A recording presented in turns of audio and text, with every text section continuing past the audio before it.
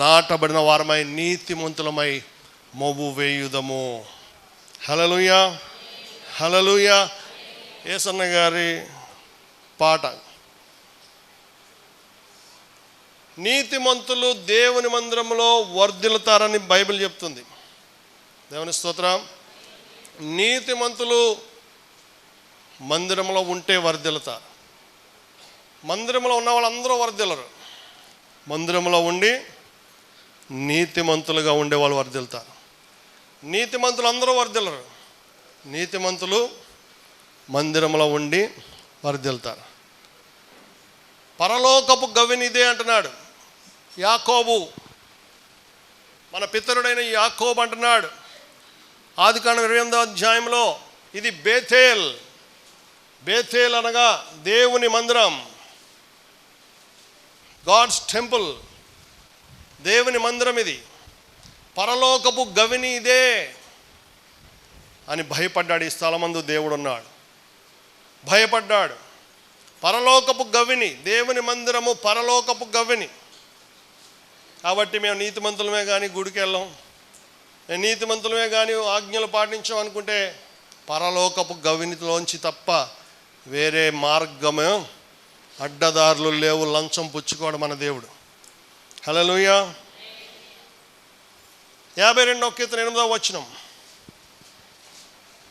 నేనైతే దేవుని మందిరములో పచ్చని ఒలీవ చెట్టు వలె ఉన్నాను, నిత్యము దేవుని కృపయందు నమ్మిక ఉంచుచున్నాను. హల్లెలూయా. ఎలా ఉన్నాడంటండి భక్తుడు? నేనైతే దేవుని మందిరములో పచ్చని ఒలీవ చెట్టు వలె ఉన్నాను. చెప్పండి మీరు కూడా. నేనైతే దేవుని మందిరములో పచ్చని ఒలీవ చెట్టు వలె ఉన్నాను. ఇలా చెప్పండి గుండె మీద చేసుకుని. నేనైతే దేవుని మందిరములో పచ్చని ఒలీవ చెట్టు వలె ఉన్నాను. హల్లెలూయా. పచ్చదనం, గ్రీనరీ, పచ్చిక గల బయళ్ళలో నిన్ను. 1వ కీర్తన 2వ వచనం. ఆయన నీకు కాపరిగా ఉంటే నీ జీవితం అంతా పచ్చగా వర్ధిల్తావు. దేవుని స్తోత్రం. పచ్చిక గల బయళ్ళలో అనగా సమృద్ధి, సమృద్ధి, సమృద్ధి. ఎక్కుతిక్కలు అంటారు కదా మన భాషలో. సమృద్ధి గల బయళ్ళలో, బీళ్లలో ఆ గొర్రెలాగా నిన్ను ఆయన పరుండ చేస్తాడు. హల్లెలూయా. ఆశీర్వాదాలు లెక్క పెట్టుకుంటానికి కూడా నీకు సమయం సరిపోదు. నేనైతే ఆయన మందిరంలో పచ్చని ఒలీవ చెట్టు వలె ఉన్నాను. 144వ కీర్తన 12వ వచనం. 144:12. కుమారులు తమ యవన కాలమందు ఎదిగిన మొక్కల వలె ఉన్నారు, మా కుమార్తెలు నగరునికై చెక్కిన మూల కంబముల వలె ఉన్నారు. మా కుమారులు ఎదిగిన మొక్కలు. హల్లెలూయా. ఎదిగిన మొక్కలు, ఇంకా ఫలం ఇవ్వటానికి రెడీగా ఉన్నారు.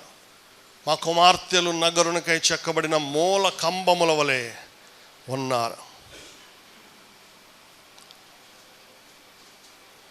ఇర్మియా గ్రంథం 17వ అధ్యాయం 7-8 వచనాలు చదువుదాం. చెట్టు, దేవుని బిడలమైన మనము చెట్టుతో పోల్చబడ్డాం. బైబిల్ మనల్ని చెట్టుతో పోలుస్తుంది. యెహోవాను నమ్ముకున్నవాడు ధన్యుడు, యెహోవాను నమ్ముకున్నవాడు ధన్యుడు, యెహోవానికి ఆశ్రయముగా ఉండును, యెహోవా వానికి ఆశ్రయముగా నుండును. వాడు జలముల యొద్ద నాటబడిన చెట్టు వలె నుండును, వాడు జలముల యొద్ద నాటబడిన చెట్టు వలె నుండును. అది కాలువల ఏరిన దాని వేళ్లు తన్నును, కాలువల ఓరను దాని వేళ్లు తన్నును. వెట్ట కలిగినను దానికి భయపడదు, వెట్ట కలిగినను దానికి భయపడదు. దాని ఆకు పచ్చగా నుండును, దాని ఆకు పచ్చగా నుండును. వర్షము లేని సంవత్సరమున, వర్షము లేకపోయినా సరే చింతనుందదు, కాపు మానదు. ఆ సంవత్సరం వర్షాలు లేవు, కరువు అయినా సరే దానికి మాత్రం ఏమీ అవ్వదు. హల్లెలూయా. ప్రియ దేవుని బిడ్డ, దేవుని నమ్ముకొనువాడు ధన్యుడు. 1వ కీర్తన కూడా ఇదే చెప్తుంది. 1వ కీర్తన కూడా, అతడు నీటి కాలువల ఓరను నాటబడినదై ఆకు వాడక తన కాలమందు ఫలమిచ్చు చెట్టు వలె నుండును. దుష్టులు దేంతో పోల్చబడ్డారు? 1వ కీర్తనలో గాలి చెదరగొట్టు. ఉఫ్ అంటే ఎగిరిపోతారు, ఉఫ్ అంటే ఎగిరిపోతారు. కానీ మనల్ని సుడిగాలు వచ్చినా, సుడిగుండాలు వచ్చినా, హల్లెలూయా, మనం ఎగిరిపోము. నీతిమంతులు కదలక నిత్యము నిలుచు సియోను కొండవలే నుందురు. దుష్టులేమో ఉఫ్ అంటే ఎగిరిపోయి పొట్టుతో పోల్చబడ్డారు, నీతిమంతులేమో చెట్టుతో పోల్చబడ్డారు. దేవుని స్తోత్రం. కాబట్టి నువ్వు చెట్టువా పొట్టువా ప్రియ దేవుని బిడ్డ? చెట్టుగా ఉన్నవా పొట్టుగా ఉన్నవా? ఈ రోజున మనల్ని మనం విమర్శించుకునేలా తీర్పు పొందకపోదము. యేసు ప్రభు మహిమ ప్రవేశంకి ముందు ఈ ప్రవేశం జయశీలుడు, ట్రయంఫల్ ఎంట్రీ అంటాడు. ట్రయంఫల్ ఎంట్రీ, ట్రయంఫ్ అనగా విజయం, ఎంట్రీ అనగా ప్రవేశం, విజయ ప్రవేశం. విజయానికి సంకేతంగా ఆయన భూలోకంలో తండ్రి అప్పగించిన పని దాదాపుగా పూర్తి చేశాడు. విజయం అని ఎందుకు అంటున్నాడంటే ఆయన ఓడిపోలేదు కాబట్టి. ఆయన్ని ఓడించాలని సాతానుడు పలుమార్లు ప్రయత్నించాడు, ఆయనతో తప్పు చేయించాలని చూశాడు. మత్తయి సువార్త 4వ అధ్యాయం 4వ వచనంలో ఆయన ఉపవాసం పూర్తయిన తర్వాత ఆయనతో కొన్ని పనులు చేయించాలని చూశాడు. నువ్వు దేవుని కుమారుడు అయితే రాళ్లను రొట్టెలుగా. శరీరంగా ఆయన సంపూర్ణ మానవుడు కాబట్టి, దైవత్వాన్ని విడిచి లోకానికి వచ్చాడు కాబట్టి, ఆయన మానవుడు కాబట్టి ఆయనకు ఆకలి వేస్తుంది. 40 రోజులు ఏమీ తినలేదు కాబట్టి వెంటనే వచ్చాడు ఆయన బలహీనతను ఎరిగి. మన బలహీనతను ఎరిగి కూడా సైతాను వస్తూ ఉంటాడు. మనం ఆర్థిక ఇబ్బందులతో బాధపడుతుంటే సైతాను వచ్చి మనకు ఒక అడ్డ రూట్ చూపిస్తూ ఉంటాడు. మనము అనారోగ్యంతో బాధపడుతుంటే సైతానుడు వచ్చి పలానా తాయెత్తు కొట్టుకోమని చెప్తూ ఉంటాడు. మనం ఎప్పుడైతే బలహీనతతో ఉంటామో సైతానుడు ఏదో ఒక స్నేహితుడి రూపంలో రావచ్చు, మన వెల్ విషర్ రూపంలో రావచ్చు. కాబట్టి వచ్చే మనిషి దేవుని యొద్ద నుండి వచ్చాడా సాతాను నుండి వచ్చాడా అనేది మనం ప్రార్థించాలి. సమస్తము పరీక్షించి మేలైన దాన్ని చేపట్టుడి అని వాక్యం మనకు ఆజ్ఞాపిస్తుంది. కాబట్టి మనము వచ్చిందల్లా కూడా మన కోసమే దేవుడు పంపించాడు అనుకోకూడదు. దావీదుని చంపాలని సౌలు రాజు తిరుగుతున్నాడు. ఒకప్పుడు తిరుగుతుండగా దావీదు ప్రాణం గుప్పిట్లో పెట్టుకుని అడవుల్లో దాక్కున్నాడు, గుహల్లో దాక్కున్నాడు. చాలా కాలం తరుముతూనే ఉన్నాడు సౌలు రాజు అసూయతో, దురాత్మతో నింపబడిన సౌలు. ఒక రోజున దావీదుకి అతను చంపే అవకాశం వచ్చింది. ఒక చోట దొరికిపోయాడు సౌలు రాజు. దావీదు పక్కన ఉన్న వాళ్ళు అంటున్నారు, దేవుడే నీకు ఈ అవకాశం ఇచ్చాడు, చంపే అంటున్నాడు. లేకపోతే నువ్వు అని మేము చంపేస్తాం అంటున్నారు. కానీ ఒంటరిగా దొరికిన సౌలును దావీదు ఒకటి అంటున్నాడు, యెహోవా చేత అభిషేకము నొందిన వానిని నేను ముట్టను. హల్లెలూయా. ఈరోజు వదిలిపెడితే రేపు మళ్ళీ చంపేస్తాడేమో నిన్ను. అయినా పర్వాలేదు, దేవుడే చూసుకుంటాడు. ఒక రోజున ఆయనే ఏ యుద్ధంలోనో చంపుతాడు, కానీ నేను మాత్రం చంపను. హల్లెలూయా. మన శత్రువుల మీద పగ తీర్చుకునే పని మనది కాదు, మన శత్రువుల మీద పగ తీర్చుకునే పని మన దేవునిది. దేవుడే నీకు అవకాశం ఇచ్చాడు అన్నాడు దావీదు పక్కన ఉన్న రైట్ హ్యాండ్ ఒకడు. హల్లెలూయా. దేవుడు ఇచ్చాడు అనుకుని మనం చంపేస్తూ ఉంటాం, మనం కొట్టేస్తూ ఉంటాం, మన శాపనార్థాలు పెట్టేస్తూ ఉంటాం, మనం వీలైతే కీడు చేస్తాము మన శత్రువులకి. కానీ దేవుడు ఎప్పుడు ఆ విధంగా మనల్ని చేయమండు. హల్లెలూయా. ఎందుకంటే పగ తీర్చుకునుట నా పని. ముఖ్యంగా సహోదరుల విషయంలో, అభిషక్తుల విషయంలో జాగ్రత్తగా మనం ఉండాలి. దేవునికి స్తోత్రం. హల్లెలూయా. అలాగే దేవుడు పంపిన మనుషుడా, దేవుడిచ్చిన ఆలోచన, సైతానుడు పంపిన మనుషుడా, సైతాను ఇచ్చిన అవకాశమేమో ఇది. సైతాను మనల్ని ఏం చేస్తాడు? మోసగుచ్చేవాడు. వాడు ఎప్పుడు కూడా నిజం చెప్పడంట. అబద్ధమునకు తండ్రి జనకుడు, యోహాను 8వ అధ్యాయంలో. హల్లెలూయా. కాబట్టి దేవుని బిడ్డలమైన మనము సాతాను మాటలు నమ్మే పరిస్థితిలో ఉండకూడదు. దేవునికి స్తోత్రం. దేవుని చిత్తమేంటో తెలుసుకోవాలి, ప్రార్థించాలి. సాతాను వచ్చి ఎన్ని టెంప్టేషన్స్ ఆయన పెట్టినా సరే ఆయన లొంగలేదు. హెబ్రీ పత్రిక 4వ అధ్యాయం 15వ వచనంలో చెప్తున్నారు,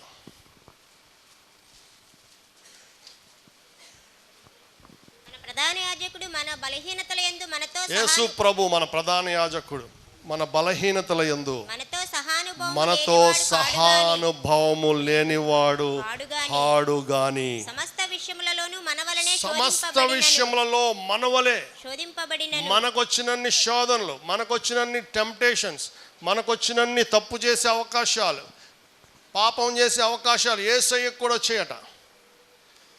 హెబ్రీ 4:15 చెప్తుంది, నా మాటలు కాదు ఇవి. మనకు వలే మనల్ని ఎలా పడేయాలని చూస్తున్నాడో, మనల్ని ఎలా భ్రష్టులు చేయాలని చూస్తున్నాడో, పనికి వాళ్ళనిగా చేయాలని చూస్తున్నాడో, దొంగతనము, హత్య, నాశనం చేయడానికి తప్ప మరి దేనికి రాడు. హల్లెలూయా. ఎవరిని మింగివేద్దామా అని గర్జించు సింహములే. దేవుని స్తోత్రం. యేసయ్యకు కూడా వచ్చాయి. ఎందుకంటే యేసయ్య 33 ఏళ్ల నిండు యవ్వన వయస్సులో ఆయన జీవించాడు. 30 ఏళ్లకు ఆయన అభిషేకించబడ్డాడు. 30 ఏళ్లకు పరిశుద్ధాత్మతో నింపబడ్డాడు. హల్లెలూయా. యోహాను 8:46లో ఆయన ఒక ఛాలెంజ్ చేస్తున్నాడు ప్రపంచానికి. నా యందు పాపమున్నదని మీలో ఎవడు స్థాపించగలడు, నిరూపించగలడు? Who can establish sin in me? నా యందు పాపం ఉన్నదని మీలో ఎవడు నిరూపించగలడు? Who can prove? ఈ మాట చెప్పగలిగిన దేవుడు మరొకడు ఎవడో లేడండి. ఏ మతంలో లేడు. హల్లెలూయా. ఏ తప్పు చేయని దేవుడు ఎవడన్నా ఉన్నాడా?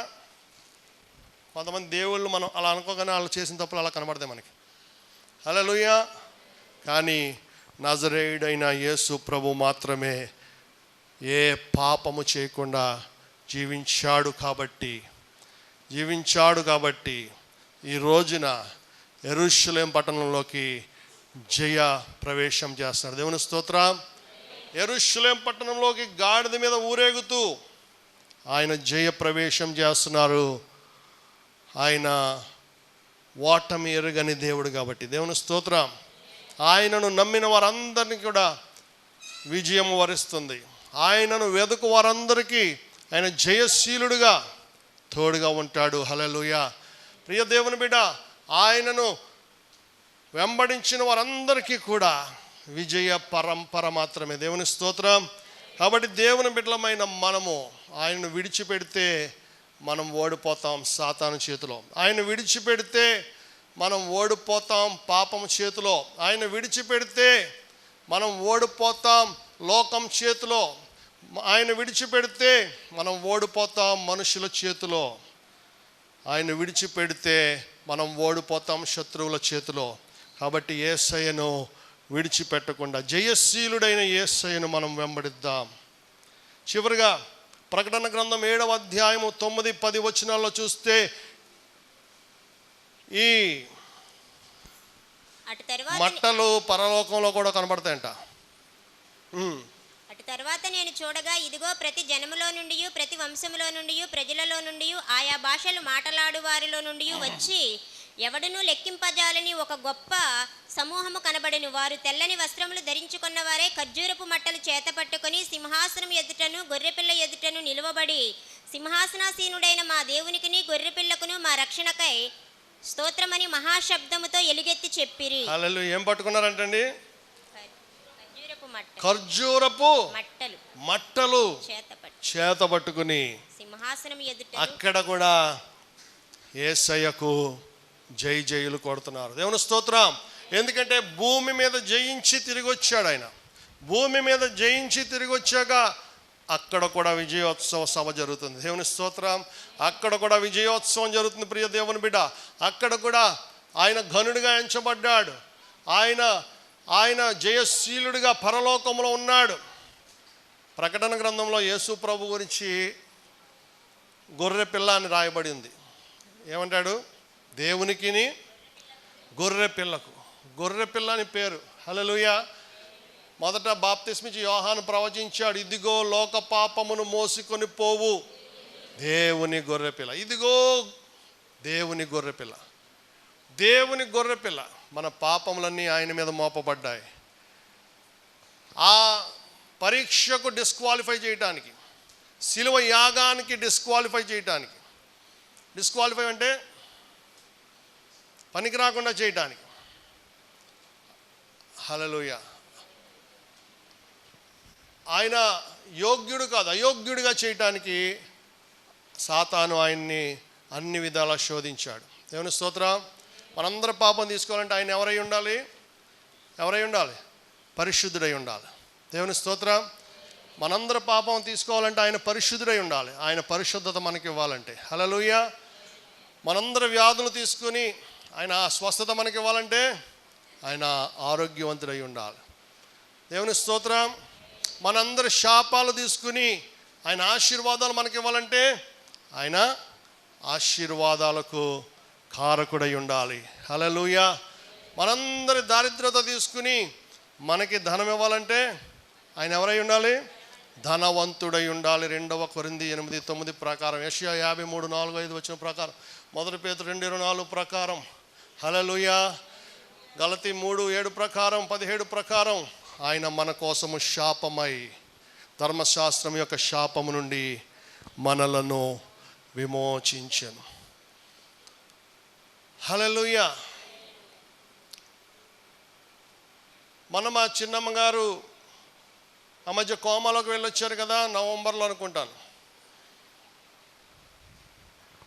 ఆవిడ కోసం మనందరం ప్రార్థన చేసాం. అమలాపురంలో మన్నా మినిస్ట్రీస్ షారోన్ రోజ్ కొమానపల్లి గారు. ఆవిడ నాతో రెగ్యులర్గా మేము టచ్లో ఉంటాం. మా చిన్నమ్మలందరిలోకి ఆవిడ నేను క్లోజ్గా ఉంటాం. ఆవిడ మెసేజ్ పెట్టింది, నాని నాకు గొంతుకు పోయింది, వచ్చే ఆదివారం ప్రసంగం చేయాలనుకుంటున్నా. ఆవిడ ఆదివారం ప్రసంగాలు కూడా చేస్తుంది కోమాల నుంచి బయట వచ్చాక. హల్లెలూయా. గొంతుకు రావట్లేదు కాబట్టి ప్రార్థన చేయమని పెట్టింది. నేను ప్రార్థన చేశాను. ఒకరోజు ఉపవాసం ఉంటాం కదా, వారానికి 1-2 రోజులు. ఆ రోజు ఆమె కోసం బాగా ప్రార్థన చేశాను. హల్లెలూయా. ఈ ఉదయం నేను కిందకి దిగుతుంటే ఆమె మాకు మెసేజ్ పెట్టింది, ఇప్పుడే ప్రసంగం చేసి వచ్చాను, ప్రార్థన చేసినందుకు నీకు వందనాలని పెట్టింది. దేవుని స్తోత్రం.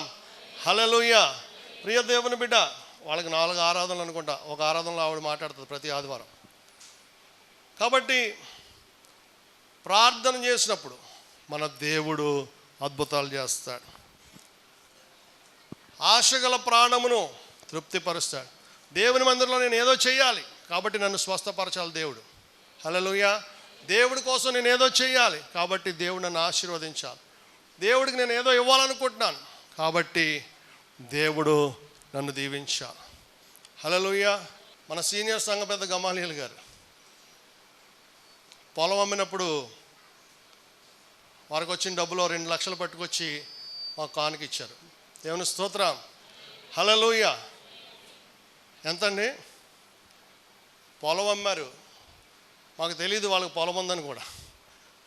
వాళ్ళు అమ్మారు, పట్టుకొచ్చి కానుక ఇచ్చారు. దేవుని స్తోత్రం. ప్రియ దేవుని బిడ్డ, దేవుని సన్నిధిలో నా డబ్బు ఉండాలి.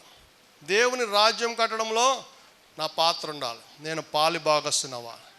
అన్ని ఆశీర్వాదాలు పాస్టర్ గారే పట్టుకుపోతాడేమో అనుకున్నప్పుడు మీరు కూడా ఏమవ్వాలి? మాతో ఎలాగా తిరగలేరు, మీరు మాతో ఎలాగా ప్రసంగాలు చేయలేరు, మాతో పాటు మీటింగ్లు తిరగలేరు. కాబట్టి మీరు ఎప్పుడైతే మీ కానుకలు ఇస్తారో దేవుడు ఉత్సాహముగా ఇచ్చువాని ప్రేమిస్తాడు. దేవుని స్తోత్రం. బతిమాలితే ఇవ్వడం కాదు, ఉత్సాహంగా నేనున్నాను, నేను ఇస్తాను. దేవుని స్తోత్రం. యేసయ్య ఊరేగటానికి గాడిదనిచ్చాడు. ఆయన ప్రభు పేరు చెప్పగానే నోరెత్తలేదు. దేవుని స్తోత్రం. ప్రియ దేవుని బిడ్డ, పిసినితనంగా కాక, సణుగు కొనక, బలవంతంగా కాక దేవుడు ఉత్సాహంగా ఇచ్చువాని ప్రేమించు. ప్రసంగి గ్రంథం 5వ అధ్యాయంలో చూస్తే, నీ దేవుడైన యెహోవా దేవుని మందిరమునకు పోయినప్పుడు నీ ప్రవర్తన జాగ్రత్తగా చూచుకొనవలెను. హల్లెలూయా. నేను అనుకున్నాను గమానియల్ గారు చాలా కష్టజీవి కదా, ఎందుకు ఎంత డబ్బు ఇస్తున్నాడు ఈయన అనిపించింది నాకు. హల్లెలూయా. నేను కానుకలు తీసుకుంటాను. ఒక్కో చోట ఎవరన్నా హాస్పిటల్లో ఉన్నప్పుడు బాగా పేదోళ్ళు అయితే నేనే వాళ్ళ కానుక ఇచ్చి వస్తా. ప్రార్థన చేసి వాళ్ళు నాకు ఇస్తుంటే కూడా తీసుకోను. మరి గమానియేలు గారు, ఆయనకి గవర్నమెంట్ జాబ్ లేదు, వాళ్ళ కుటుంబంలో ఎవరికి లేదు. ఇంకా ఎందుకు అంటే వారికి దేవుడికి ఇవ్వటం అంటే ఇష్టం. ఉత్సాహంగా ఇచ్చేవాడిని. 2 లక్షల రూపాయలు చూసి నేను ఆశ్చర్యపోయాను. దేవుని స్తోత్రం. ప్రియ దేవుని బిడ్డ, ఈయుడే మీకు ఇయ్యబడును. లూకాసు వార్త 6:36. హల్లెలూయా. ఈయుడే మీకు ఇయ్యబడును. మీరు ఏ కొలతతో కొలుతారో ఆ కొలతతోనే మీకు మరలా ఇయ్యబడును. హల్లెలూయా. కాబట్టి దేవుని బిడ్డలమైన మనము దేవునికి ఇస్తే ఒక ఇన్వెస్ట్మెంట్ చేస్తున్నామని అర్థం. దేవుని స్తోత్రం. మార్గదర్శిలో పెడితే మనకి ఎంత ధైర్యంగా ఉంటుంది, LICలో పెడితే మనకి ఎంత ధైర్యంగా ఉంటుంది. ఎందుకంటే అవి చాలా చాలా మంచి ప్రామాణికాలతో ఉన్నటువంటి సంస్థలు అనే ఒక ధైర్యం మనకి. ముత్తూట్ ఫైనాన్స్, మరి ఈ మనుషులు పెట్టినవే అంత ధైర్యం ఇస్తే మీకు హల్లెలూయా. దేవాది దేవుడు మీకు ఒక చిట్ ఫండ్స్ పెట్టాడు, ఒక ఫైనాన్స్ కంపెనీ పెట్టాడు. దేవునికి స్తోత్రం. ఒక LIC కంటే గొప్పది పెట్టాడు. ఇక్కడే మీ కళ్ళ ముందే ఉంది. దేవునికి స్తోత్రం. హల్లెలూయా. వాటన్నిటికీ ఒక లిమిట్ ఉంటుంది, కానీ దేవుని రాజ్యంలో నువ్వు విత్తావంటే అన్లిమిటెడ్. అడుగు వాటికంటే, ఊహించు వాటికంటే కనీసం 100 రెట్లు అంటాడు మత్తయి 19:29లో. 100 రెట్లు. దేవునికి స్తోత్రం. 100 రెట్లు తిరిగి ఇస్తానంటాడు. హల్లెలూయా. వాళ్ళేమీ మాకు ముందు చెప్పలేదు, కానీ దేవుడి అద్భుతం. ఆ విధంగా దేవుడు వారిని దీవిస్తూ ఉన్నాడు అంచెలంచెలుగా. దేవుని స్తోత్రం. ప్రియ దేవుని బిడ్డ, కాబట్టి దేవునికి మనం ఇచ్చేవారంగా, దేవునితో అంటుకట్టబడి దేవుని సన్నిధిలో. ప్రైవేట్ జాబ్ ఉన్నప్పుడే నువ్వు ఇవ్వలేకపోతే గవర్నమెంట్ జాబ్ వచ్చాక ఇస్తావు అసలు? హల్లెలూయా. యేసుప్రభు ఏం చెప్పారు? మిక్కిలి కొంచెంలో నమ్మకం. నువ్వు కూలి పని చేసుకుంటున్నా సరే, పాచి పని చేసుకుంటున్నా, దేవుడు చెప్పిన దశంభాగం నువ్వు ఖచ్చితంగా ఇచ్చేస్తే దేవుడు నీకు ఒక పెద్ద హోదా ఇస్తాడు. దేవుని స్తోత్రం. నువ్వు ఇచ్చే కానుక ఆయన్ని కదిలించాలి. కానుకలు పెట్టికాడు ఉంటాడా లేదా ఆయన? నేను చూస్తానా కానుకలు ఎంత వేస్తున్నారు? ఎవరు చూస్తారు? యేసుప్రభు వెళ్ళి ఒకసారి ఒక మందిరంలో ఏం చేశాడు? లూకా 21 అనుకుంటా, ఒక బీద విధవరాలు అందరికంటే ఎక్కువ ఇచ్చింది. ఆయన రేషియో చూస్తాడు, జాగ్రత్త. రేషియో, నిష్పత్తి. హల్లెలూయా. హల్లెలూయా. కానుకల గురించి చెప్తే కొంతమందికి ఇష్టపడదు, కానీ ఆ టీవీలో వచ్చేవాళ్ళు చెప్తే మాత్రం ఏలం వేర్రి కొంతమందికి. ఏదో సామెత ఉంది, ఒరిగింటి పుల్లకూరంట. ప్రియ దేవుని బిడ్డ, అనవసరమైన చోట్ల విత్తామంటే అది మనకు ఆశీర్వాదం కాదు.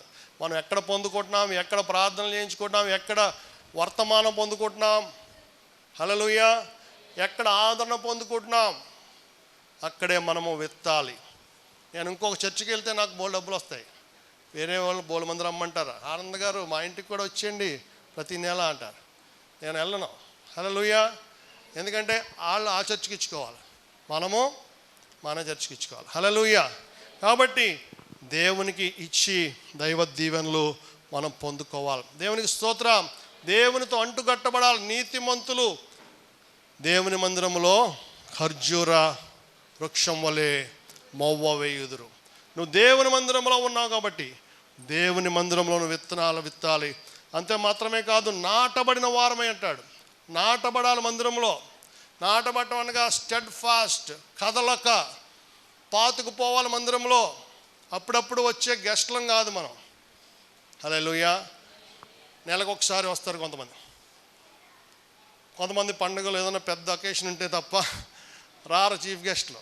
ప్రియ దేవుని బిడ్డ, దేవుని బిడ్డలమైన మనము నాటుకుపోవాలనగా మందిరంలోనే ఉండాలంటాడు. దావీదుకి ఒకే ఒక కోరిక అంట.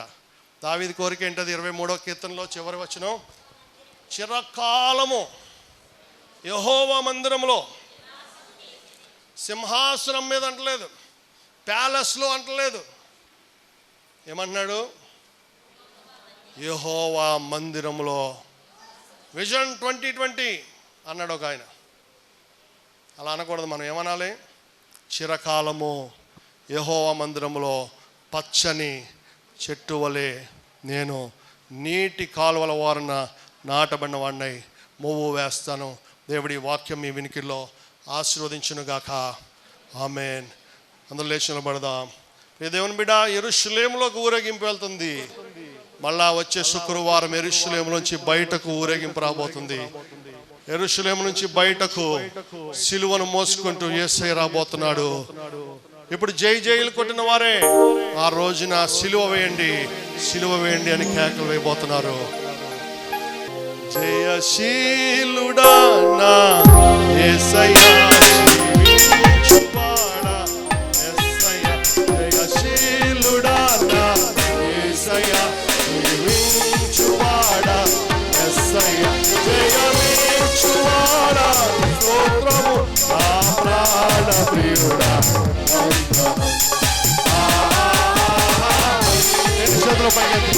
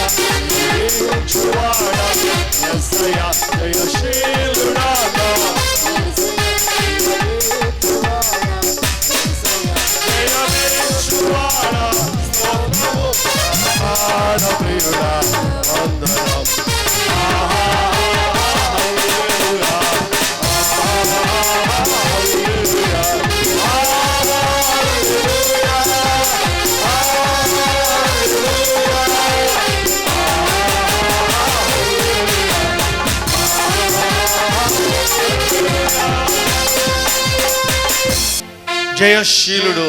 ఆ జయాన్ని నీకు కూడా ఇవ్వడానికి ఆయన ఎదురు చూస్తున్నాడు. హల్లెలూయా.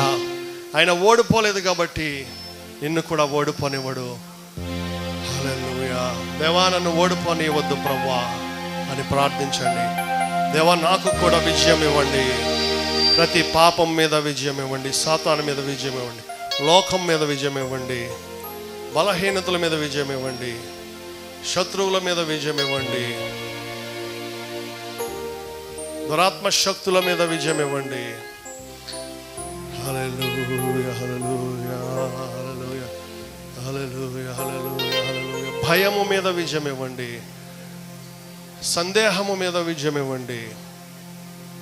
నాలో ఉండకూడని వాటన్నిటి మీద నాకు విజయం ఇచ్చి నా కాళ్ళ క్రింద చెదగ త్రొక్కించండి. హల్లెలూయా, హల్లెలూయా, హల్లెలూయా, హల్లెలూయా, హల్లెలూయా, హల్లెలూయా. నా భర్త ఓడిపోతున్నాడు నాయన, నా భర్తకు విజయం ఇవ్వండి. నా కుమారుడు ఓడిపోతున్నాడు, మారు మనసు పొందట్లేదు, నా కుమారుడికి విజయం ఇవ్వండి. నా కుమార్తెకు విజయం ఇవ్వండి. నా భార్యకు విజయం ఇవ్వండి. మా బంధువులకు విజయం ఇవ్వండి. నా ప్రాణ స్నేహితుడికి విజయం ఇవ్వండి. ఎవరో నరకానికి పోకూడదు నాయన. హల్లెలూయా, హల్లెలూయా, హల్లెలూయా. విజయం ఇచ్చే దేవుడు. కల్వరి శిలువలో విజయం పొందాడు, అనేక మందికి విజయాన్ని ఇస్తున్నాడు. గొర్రె పిల్ల రక్తము ద్వారా, తామిచ్చిన సాక్ష్యము ద్వారా విజయము. హల్లెలూయా, హల్లెలూయా. ప్రార్థన. పరిశుద్ధుడు మిక్కిలి కృపా కనికరం కలిగిన మా పరమ తండ్రి, దేవా, కల్వరి శిలువలో మీరు ఇచ్చిన విజయం బట్టి మీకు వందనాలు. మీరు ఇచ్చిన వాక్యము మంచి నేలపడిన విత్తనం వలె 30 60 100 ఫలింపచేసి మారు మనసు తగిన ఫలములు ఫలించేవారుగా ప్రతి ఒక్క బిడ్డను ఆశీర్వదించమని యేసు పరిశుద్ధ నామమున వేడుకొని ప్రార్థిస్తున్నాం మా పరమ తండ్రి. ఆమేన్, ఆమేన్, ఆమేన్. భాషలతో దేవదూతల భాషలతో మాటలాడినను లేని వానివైతే ఫలితము లేదు, ప్రేమ అనే ఆత్మఫలం ఫలింపుము నీవు. ప్రేమ లేని వానివైతే ఫలితము లేదు, ప్రేమ అనే ఆత్మఫలం ఫలింపుము నీవు. మనుషుల భాషలతో దేవదూతల భాషలతో ఆటలాడినను ప్రార్థించినను,